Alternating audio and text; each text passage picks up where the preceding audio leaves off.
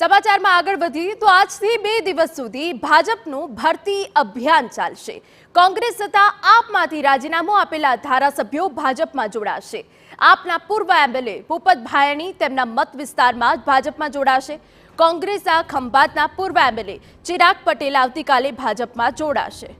સંવાદદાતા કિંજલ મિશ્રા વધુ વિગત આપી રહ્યા છે। કિંજલ, એક તરફ જ્યાં બીજેપી લોકસભાની તૈયારીઓ કરી રહી છે તો બીજી તરફ વિપક્ષ સતત તૂટી રહી છે।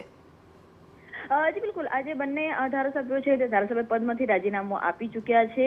ભૂપત ભાયાણીથી જ કોંગ્રેસના માફ કરશો ભૂપત ભાયાણીથી જ વિપક્ષના ધારાસભ્યોના રાજીનામાની શરૂઆત થઈ હતી અને જે રીતે વાત હતી કે તમામ ભાજપમાં જોડાશે તો જે બંને સુધીમાં 4 જે ધારાસભ્યો છે વિપક્ષના તે રાજીનામું આપી ચૂક્યા છે, જેમાંથી 2 ધારાસભ્યો ભૂપત ભાયાણી અને ચિરાગ પટેલ આજે અને આવતીકાલે ભાજપમાં જોડાશે। ભૂપત ભાયાણી પોતાના જ મત વિસ્તારમાંથી જોડાઈ રહ્યા છે। શક્તિ પ્રદર્શન સાથે ભાજપ પ્રદેશ પ્રમુખ સી આર પાટીલ સહિતના જે હોદ્દેદારો છે તે ઉપસ્થિત રહેશે। આવતીકાલે ચિરાગ પટેલની જો વાત કરવામાં આવે, કોંગ્રેસના પૂર્વ ધારાસભ્ય છે તે પણ આવતીકાલે જોડાશે ભાજપમાં, તે પણ પોતાના મત વિસ્તારમાંથી જોડાવાના છે।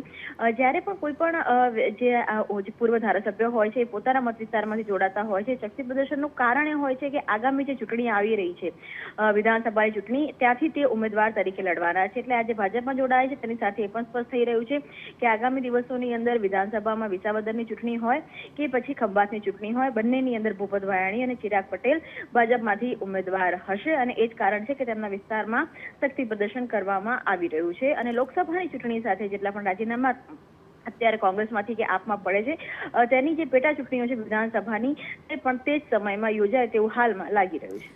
બિલકુલ કિંજલ, વધુ વિગતો અમે તમારી પાસેથી મેળવતા રહીશું। તો બંને નેતાઓ વિધાનસભાની પેટા ચૂંટણી લડશે તેવી વિગત છે। 2 દિવસ સુધી ભાજપનું આ ભરતી અભિયાન ચાલવાનું છે, જેમાં કોંગ્રેસ તથા આપમાંથી રાજીનામું આપેલા ધારાસભ્યો ભાજપમાં જોડાશે। આજે આપના પૂર્વ એમએલએ ભૂપત ભાયાણી તેમના મત વિસ્તારમાં જ ભાજપમાં જોડાશે, તો બીજી તરફ કોંગ્રેસના ખંભાતના પૂર્વ એમએલએ ચિરાગ પટેલ આવતીકાલે ભાજપમાં જોડાશે।